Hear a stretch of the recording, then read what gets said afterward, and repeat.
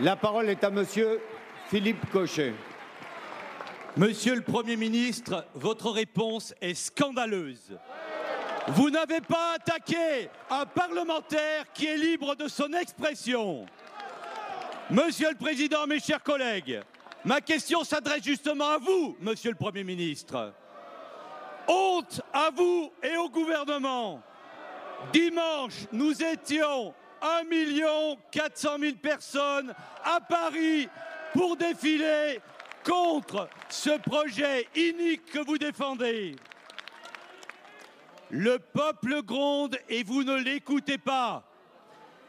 Combien de vitrines ont été cassées? 0. Combien de voitures ont été dégradées? 0. Devant ce succès auquel vous ne vous attendiez pas, vous avez pris peur et fait surréagir les forces de l'ordre qui ont gazé, mes chers collègues, des enfants, des familles, des femmes enceintes qui regagnaient leur domicile. Allez, s'il vous plaît, on écoute la question. Et à votre gouvernement, vous avez été incapable d'anticiper ce succès populaire. Votre responsabilité et celle de votre ministre de l'Intérieur sont entières. Et je rends hommage aux organisateurs que M. Valls a injuriés. Nous sommes passés à côté d'un drame. Car vous avez parqué, je dis bien, vous avez parqué le peuple de France en lui refusant de défiler. Monsieur le Premier ministre, mais enfin, réveillez-vous!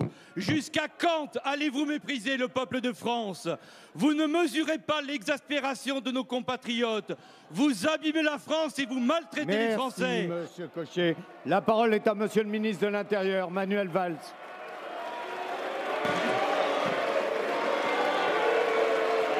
S'il vous plaît, allez. On peut comprendre la passion, mais on peut écouter la réponse. Monsieur le député, le lieu de ce rassemblement a été seulement décidé jeudi dernier du fait de l'absence de toute coopération des organisateurs.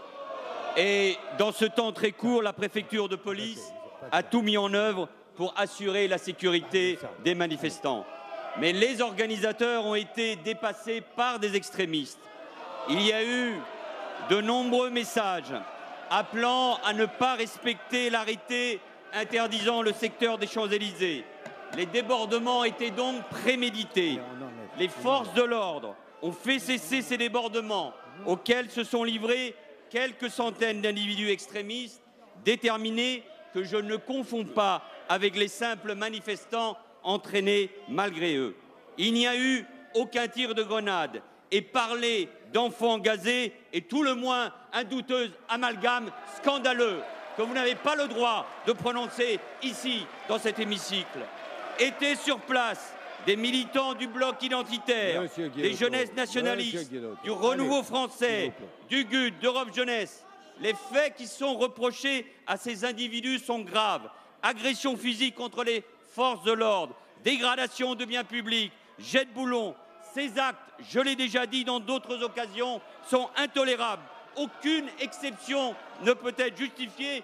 Moi, je suis cohérent, le gouvernement est cohérent, vous n'êtes pas cohérent. Je veux saluer enfin la maîtrise, le sang-froid, le professionnalisme du préfet de police, des policiers et des gendarmes qui ont garanti l'ordre républicain et qui ont évité tout drame parce que les organisateurs n'avaient pas bien préparé ce rassemblement. Merci. Bon. La parole est à Monsieur Jean-Frédéric Poisson. Bravo. Merci, Monsieur le Président. Monsieur le Premier ministre, dimanche dernier, les Français vous ont pris en défaut. En défaut de prévision des effectifs de la manifestation, largement sous-estimés. En défaut, en regard de l'organisation qui a été mise en place par les services du ministre de l'Intérieur. Et en défaut, par rapport à la capacité des services d'ordre à maintenir l'ordre dans des conditions normales de sécurité pour la foule. Les conséquences, elles sont simples à décrire. des forces de l'ordre incapables de contenir une foule très supérieure au nombre initialement prévu, des modalités d'intervention de ces mêmes forces très disproportionnées par rapport à l'immense majorité des manifestants qui étaient venus ici manifester pacifiquement, et un dispositif débordé par les circonstances en raison d'un nombre insuffisant d'effectifs sur place. La cause, Monsieur le Premier ministre, est le mépris. Le mépris que vous affichez à répétition pour les manifestants de novembre, puis pour ceux de janvier, puis pour ceux de mars, en sous-évaluant systématiquement leur présence dans leur rassemblement. Le mépris par rapport au message qu'ils portent et qu'ils essaient désespérément de vous faire entendre. Le mépris par rapport à leurs inquiétudes et à leurs arguments. Le mépris par rapport à leur demande d'être entendus et pourquoi pas d'être directement consultés par vos services et pourquoi pas par l'organisation d'un référendum. Et enfin, le mépris par les consignes que vous avez données au président du Conseil économique et social de ne pas donner droit à la pétition qu'il lui avait fait parvenir il y a quelques semaines. Combien de manifestants, Monsieur le Premier ministre, faudra-t-il pour que, à vos oreilles, leurs demandes soient entendues? Combien de manifestants faudra-t-il pour que les principaux aspects de ce projet de loi qui touche à la filiation soient retirés des projets qui sont les vôtres? Merci. La parole est à Monsieur Manuel Valls, ministre de l'Intérieur. S'il vous plaît, on écoute la réponse. Allez. Monsieur le député S'il vous plaît. Poisson, nous respectons les manifestants et le droit de manifester est un droit démocratique inscrit dans notre Constitution, comme il y a un autre droit qui est celui aussi qui s'impose et que vous devez également respecter, qui est le fait qu'une majorité ici à l'Assemblée nationale a voté un texte de loi qui était un engagement du président de la République devant le peuple français. Mais monsieur le député, les violences, les débordements, les insultes ne sont pas des moyens d'expression. Et organisateurs d'une manifestation comme élus devraient condamner ces actions qui desservent leur message.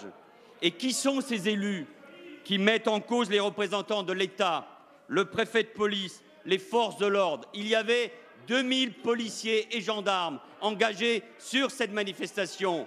Et tous les systèmes de comptage, et ce sont les mêmes que vous utilisiez, et ce sont ceux de la préfecture de police, disent clairement, les photos le démontrent, qu'il y avait 300 000 personnes. Et 300 000 personnes, monsieur le député, c'est déjà significatif. Allez. Et face à cela, les forces de l'ordre sous l'autorité du préfet de police ont contenu cette manifestation. Et monsieur le député, mesdames et messieurs de l'opposition, il y a une seule chose que je vous demande, c'est le respect des institutions. C'est vrai, cela a été rappelé, la justice, l'état de droit, un préfet de police, les forces de l'ordre, que vous voulez soutenir dans d'autres occasions, quand elles sont mises en cause, et vous avez bien raison, eh bien les forces de l'ordre, les policiers, les gendarmes, qui étaient face à des individus dangereux, venant de l'extrême droite, face à des organisateurs qui n'avaient pas respecté les consignes, pourtant confirmées par le tribunal administratif de Paris, dans une manifestation qui avait changé de nature, eh bien les forces de l'ordre ont fait respecter la loi de la République, et la loi de la République, nous la ferons respecter. La parole est à Monsieur Bernard Perrut. Oui, mes chers collègues, je voudrais tout d'abord dire à Monsieur Valls, qui nous donne beaucoup de leçons, qu'il a lui-même ici contesté la semaine dernière une décision de la Cour de cassation. Je voulais lui rappeler. Monsieur le Premier ministre, lorsque l'enfant paraît, le cercle de famille applaudit à grands cris. Cette citation est de Victor Hugo, vous le savez. Mais aujourd'hui, lorsque l'enfant et la famille sont menacés, la France entière se réunit et réagit. Avez-vous vu, avez-vous entendu, Monsieur le Premier ministre, les quelques 1,4 million d'hommes et de femmes, parents, enfants, grands-parents, de toutes les régions réunis à Paris ce dimanche? Mais ce grand mouvement pacifique n'a reçu pour seule réponse que des classes lacrymogènes. Et je ne veux croire que vous ayez cherché l'affrontement après avoir sous-estimé l'importance de ce rassemblement. Devant les Françaises et les Français, rappelons ici que le mariage pour tous n'est pas un super pacte pour personnes de même sexe. D'ailleurs, nous y serions alors favorables, puisque nous avons nous-mêmes proposé l'union civile. Mais les conséquences de votre projet, qui n'est pas encore voté, puisque le Sénat ne l'a pas encore discuté, eh bien les conséquences sont graves. Graves pour la filiation et pour l'adoption. Graves en ouvrant la PMA, la gestation pour autrui, la marchandisation du corps humain. Grave pour l'épanouissement, la protection et les droits de l'enfant. Grave pour la famille qui mérite protection et soutien. Mais dans le même temps, vous mettez tout en œuvre pour démanteler la politique familiale. Et votre majorité évoque même un plan d'économie pour les prestations familiales. Alors, Monsieur le Premier ministre, quand consulterez-vous les Français? Quand allez-vous organiser des états généraux de la famille? Quand allez-vous consacrer votre énergie à agir pour l'économie et l'emploi à un moment où le chômage n'a jamais été aussi important? Merci. La parole est à Madame Dominique Bertinotti, ministre de la Famille. S'il vous plaît. Monsieur le Président, Monsieur le député, la démocratie, ça consiste aussi à respecter le temps parlementaire. Je crois qu'il est tout à fait normal que quand il y a un tel débat de société, toutes les opinions puissent s'exprimer dans leur grande diversité. Elles ont déjà eu l'occasion de s'exprimer très largement durant les 110 heures de débat qui ont eu lieu à l'Assemblée nationale. Il y a eu ensuite de nombreuses auditions menées par les sénateurs et nous allons examiner à partir du 4 avril ce texte de loi. Je tiens à rappeler, ce texte de loi n'est que l'expression de l'engagement 31 qui a été présenté lors de la campagne présidentielle et lors des campagnes législatives et ratifié très largement par la population française et que ce projet de loi ne porte que sur l'ouverture du mariage et de l'adoption aux couples de même sexe. J'entends bien que vous vouliez faire peur et montrer d'éventuelles dérives, mais je tiens à vous dire aussi que vous devez prendre en compte la diversité des familles d'aujourd'hui. Vous devez prendre en compte le fait qu'un enfant sur 2 naît hors mariage, qu'un enfant sur 5 vit aujourd'hui dans une famille monoparentale, qu'un enfant sur 9 vit dans une famille recomposée, qu'aujourd'hui, celui qui joue le rôle de beau-parent n'a aucun statut sur lequel nous aurons à nous prononcer plus tard. Alors, il n'y a pas un seul modèle familial qui prévale. Vous voulez respecter le peuple de France, alors respectez-le dans sa grande diversité. Il vous en sera aussi reconnaissant.